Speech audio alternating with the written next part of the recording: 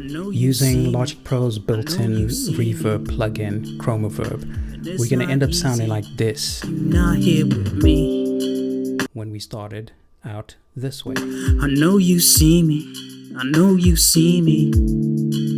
When you open it, it might look intimidating, but look, you got the presets that you can select from, and on top of that, what you can do is once you've selected a specific preset, you can even dial it in some more. I know you see me, I know you see me, and it's not easy, you not here with me. The same way that you EQ your sound, you can actually dial it in to a specific point where you want it to affect, and just use your ears to decide what's working best.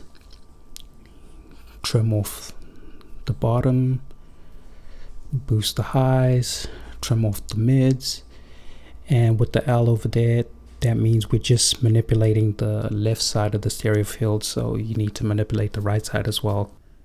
Now, when you listen to your playback, you can hear the difference. I know you see me, I know you see me, and it's not easy, you not here with me.